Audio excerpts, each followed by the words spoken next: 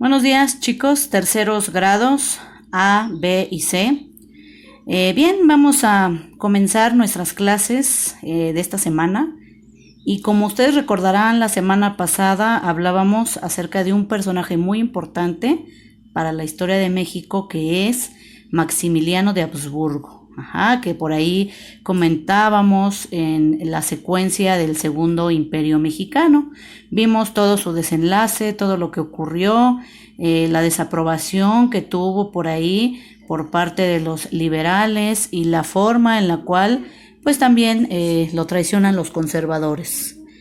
Y bien, en este momento les voy a platicar acerca de las 10 cosas que ustedes probablemente no sabían de Maximiliano de Habsburgo.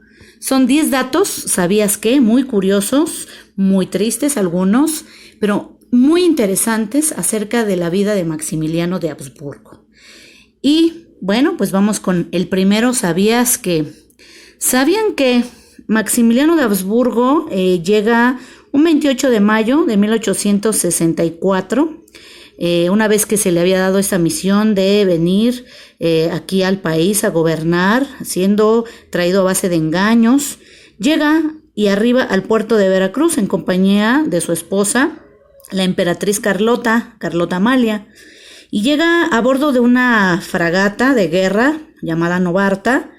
Pero ella, al ver el frío recibimiento de la gente de ahí de Veracruz, pues dicen que derramó lágrimas de tristeza y consternación, porque ella esperaba que a su llegada pues toda la gente le recibiera con júbilo, felices, con fiesta, y pues al ver que no es así, pues se pone a llorar, porque ella era una emperatriz, una reina, una princesa, alguien que estaba acostumbrada a los elogios, a las fiestas, a deslumbrar, y entonces al llegar aquí ante la indiferencia de la gente, bueno, pues ella lo único que hizo fue prácticamente llorar. Ese es el primer ¿sabías qué? Número 2, ¿sabías qué? Número 2. Ellos, pues al ser emperador, emperatriz dignos de un lugar lujoso para recibirlos, un lugar digno de personas como ellos, bueno, pues se les instala en el castillo de Chapultepec. Y Maximiliano, bueno, pues manda construir un camino que lo conectaría directamente desde su nuevo hogar hasta la sede de su gobierno en el centro de la Ciudad de México. Y a este lugar le colocó el nombre de Paseo de la Emperatriz. Esa gran avenida que conectaría Castillo de Chapultepec con la sede de gobierno en la Ciudad de México llamaría el Paseo de la Emperatriz. ¿Le suena? Bueno, pues actualmente lo conocemos como Paseo de la Reforma. Entonces imagínense lo asombroso, desde aquellos años, esa imponente avenida que atraviesa y cruza prácticamente toda esa parte de la Ciudad de México, Paseo de la Reforma, aunque inicialmente le llamó en honor a su esposa, Paseo de la Emperatriz. Número 3. Juan Nepomuceno Almonte. A lo mejor ustedes no han escuchado de este personaje. Bueno, pues a él se le dio la misión de viajar hasta la residencia de Maximiliano de Habsburgo. Él, como parte de la comitiva que solicitó al europeo hacerse cargo de la corona del país, bueno, pues él fue el que se encargó de darle algunas palabras y de colocarle la corona que iba a referir que él iba a ser el nuevo emperador de México. Y entonces en su figura, Juan Nepomuceno, recaía esa parte de representar a quien estaba entregando la corona de México a este personaje que había sido traído a base de engaños. Y ustedes dirán, bueno, ¿y ese sabías qué? ¿Qué de asombroso tiene? Pues era una persona, le entregó la corona. Pues lo asombroso es que Juan Nepomuceno Almonte no era cualquier persona. Era el hijo del libertador José María Morelos y Pavón.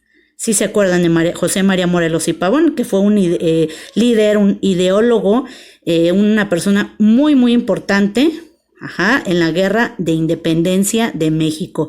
Y entonces se imaginan qué habría pensado su papá si viviera en ese momento, que ya no vivía, pero por ahí dicen comúnmente se estaba retorciendo de coraje en su tumba, porque mientras que Morelos luchó por esa independencia, por esa libertad, unos años más tarde su hijo le estaba entregando simbólicamente, a través de esa corona, a un extranjero algo que su papá jamás hubiera probado, y entonces eso es lo asombroso, cómo su hijo tenía esos ideales siendo que su padre era completamente libertador, completamente diferente, y eso es lo asombroso. Juan Nepomuceno Alamonte. ¿Le sorprendió?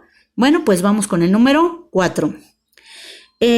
Maximiliano de Habsburgo, ¿se acuerdan que les comentaba en el video anterior? Era una persona noble, una persona hasta cierto punto humilde, pero también era muy diferente a la monarquía, a los aristócratas europeos, porque tenía una parte sensible, y esa parte es que era un ferviente coleccionista de mariposas e insectos.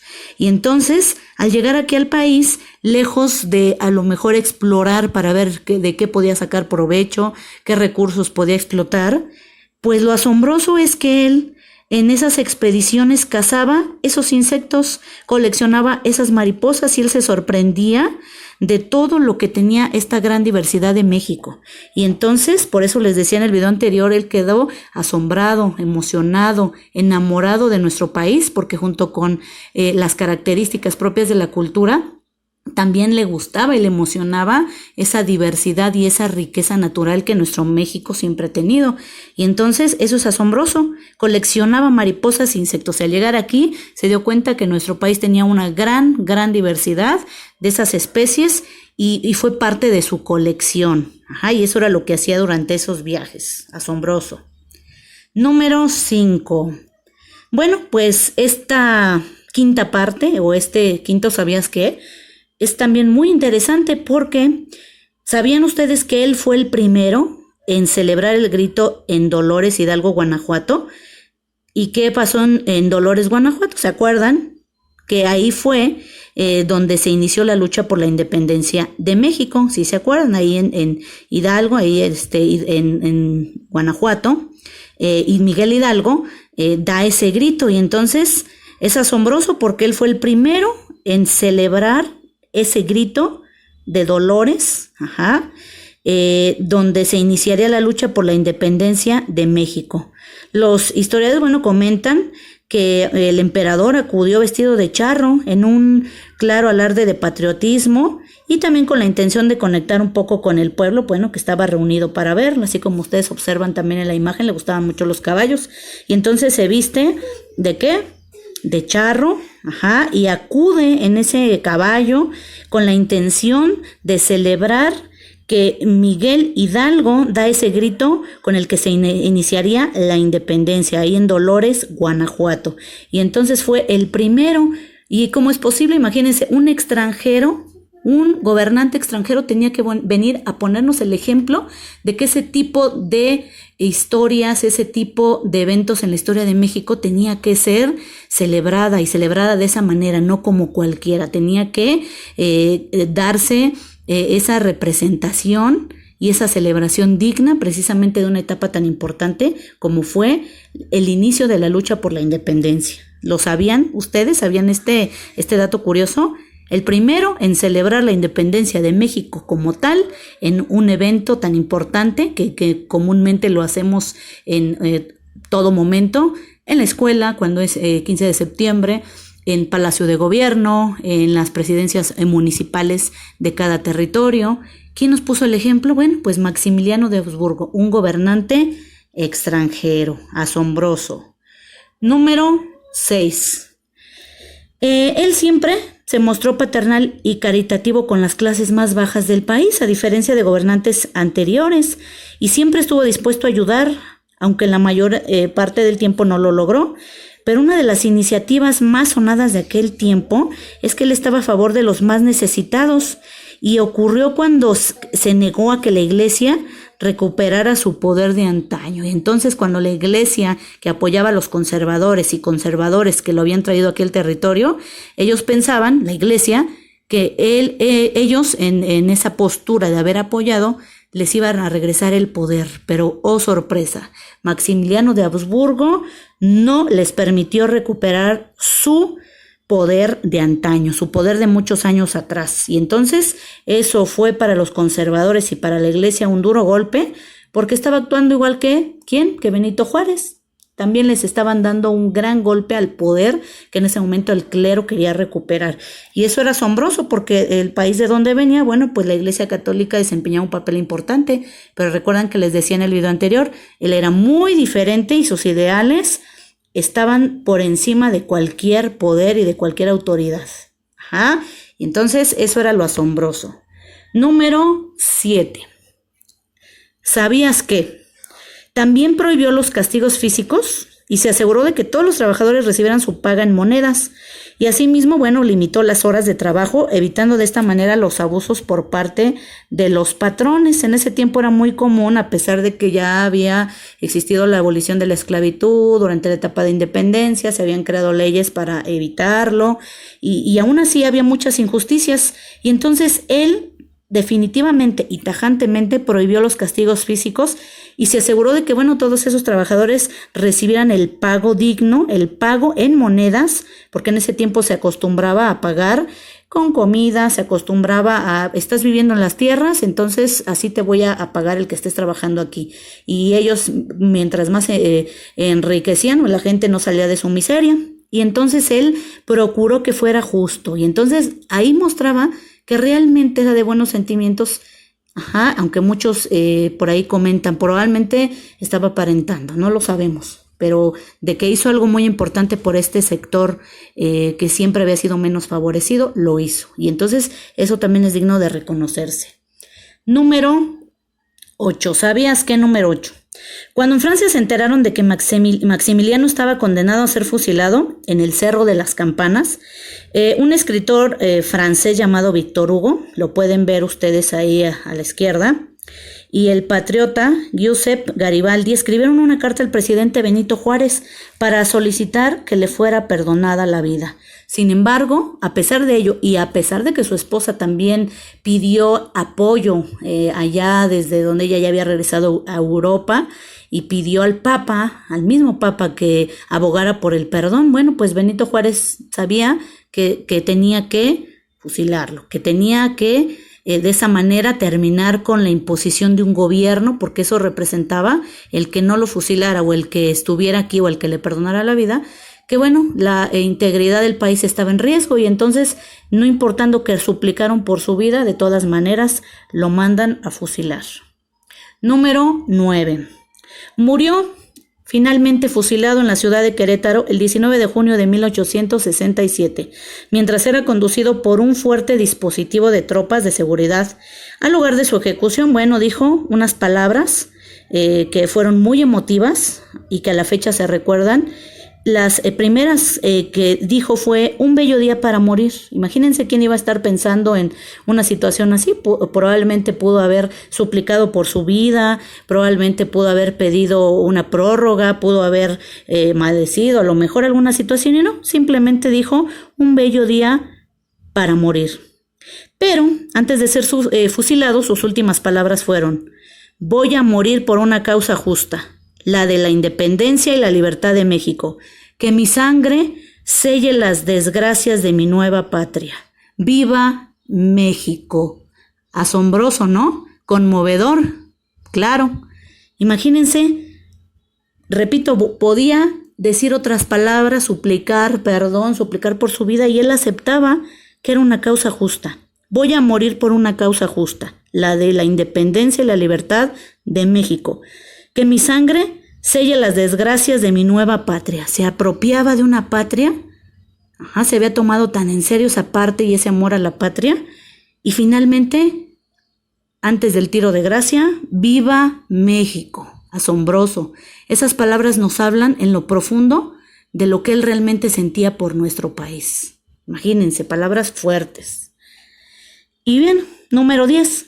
Al momento en que se hizo meter el cuerpo en su ataúd, se dieron cuenta de que no cabía debido a lo alto que era. Obviamente era europeo, las cajas de ataúdes que parecían roperos, como ustedes pueden ver en la imagen, de aquellos tiempos, bueno, pues estaban hechas para personas bajitas, como somos los mexicanos, y bueno, él era un europeo, venía de Austria, entonces era muy alto.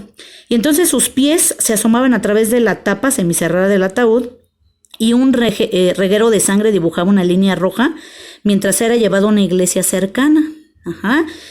Al momento de su embalsamamiento, los doctores lucraron con el cadáver, dejando pasar a grupos de morbosos que quisieran ver el cuerpo a cambio de dinero. Imagínense, ya lo prácticamente habían convertido casi en un show, estaban lucrando, supuestamente. Ajá. Y las personas, bueno, por el morbo de ir a ver, bueno, pagaban unas cuantas monedas para ver el cuerpo del que había sido el emperador, de ese hombre que ellos tenían ya en ese momento en un concepto. Pero no fue suficiente, también vendieron partes de su cabello y barba y prestaron la camisa con agujeros de bala a un fotógrafo para que extrajera las imágenes, las cuales se vendió como postales de recuerdo, casi lucrando y sacando fotografías al por mayor para que precisamente la gente se quedara con un recuerdo. Pero qué recuerdo tan terrible y triste en el cuerpo, el cadáver y la sangre de un personaje que probablemente sus intenciones no eran como las de muchos. La vida fue injusta con él, no sabemos realmente cuáles eran sus intenciones. Por ahí, dentro de las teorías, como todo en la historia de México, y que siempre tiene múltiples visiones, versiones, algunos decían que pues existía la teoría que tal vez el emperador haya fingido su fusilamiento y que Juárez le haya perdonado la vida. Pero no sabemos, esto finalmente es una de las partes de la historia, bueno, que no vamos a tener a ciencia cierta. Se sabe y lo oficial es que lo fusilaron, pero como en todo, repito, toda la historia siempre hay otras versiones y algunos comentan que sí, que le perdonó la vida. No sabemos, le perdonó o no lo perdonó, solamente ellos lo saben, ellos lo supieron. La versión oficial es que lo fusilaron y bueno, hay algunas fotografías como esta que ustedes están observando que dan cuenta de esa parte de la historia en que lo oficial nos menciona que realmente sí lo fusilaron. Asombroso, ¿verdad? Los 10 ¿sabías qué? De Maximiliano de Habsburgo. 10 cosas muy interesantes, 10 situaciones que nos asombran por el reflejo y por todo lo que representó en su momento. Bueno, pues espero que hayan disfrutado de esta pequeña cápsula, de esta clase muy interesante acerca de esos aspectos que a veces desconocemos de nuestros personajes históricos. Y bien, les recuerdo, tenemos por ahí actividades en plataforma. Recuerden, si es necesario volver a ver el video, adelante, las veces que sean. Esa es la ventaja de estas clases en línea, lo pueden repetir una y otra vez. A veces en manera presencial lo damos a conocer, aclaramos dudas y a lo que sigue. Esa es una ventaja, aprovéchenla.